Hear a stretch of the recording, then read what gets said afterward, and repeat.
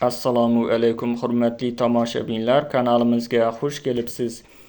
Videoni ko'rishdan oldin kanalimizga obuna bo'lib qo'yishni unutmang. Hamda video roliklarimizni ko'pchilik uchun manfaatli deb bilsangiz, bir dona like tugmachasini ham bosib qo'yishni unutmang. Ba'zi universitetlarga 150 milliardgacha pul ajratiladi. Shu kungacha ko'pchilik universitetlar faqat dars o'tish bilan cheklanib qolgan edi.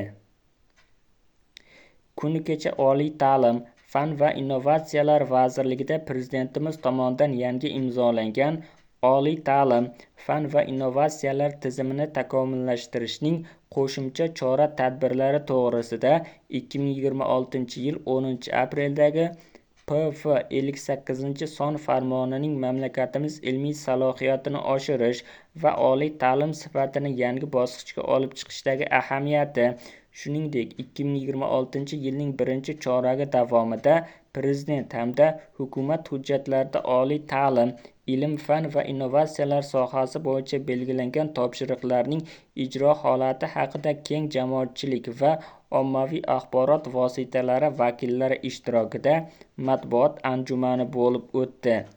Oliy ta'lim vazirligining ta'kidlashicha, shu kungacha ko'pchilik universitetlar faqat dars o'tish bilan cheklanib qolgan edi. Biz dunyo tajribasini ko'rsak-da, yillar kesimida O'zbekiston oliygohlarini kuzatsak-da, oliy ta'lim muassasalari izlanishlar bilan, tadqiqotlar bilan shug'ullanmasa, bunaqa universitetlarning kelajagi bo'lmaydi. Qo'ng'irotday Sharipov: yangi tizim orqali oliygohlar o'zi yangilik yaratadigan, uni bozorga olib chiqadigan va shu orqali o'zini o'zi moliyalashtira oladigan yaxlit innovatsion markazga aylanadi.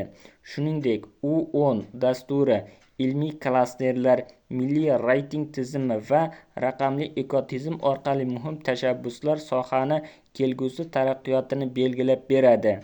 U10 nima?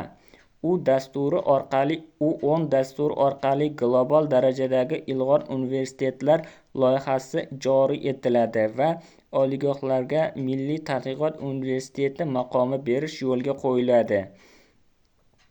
Davlat ilmiy dasturlari doirasida ilmiy klaster tashkil etish yo'nalishi bo'yicha g'olib bo'lgan 10 ta oliygohlarga beriladi. Har bir U10 ga kirgan universitetlarga ilmiy loyihalarni amalga oshirish uchun 150 milliardgacha mablag' ajratiladi. Videomiz yoqqan bo'lsa, like bosing, kanalimizga obuna bo'ling. Manba: darakchi.uz sayti.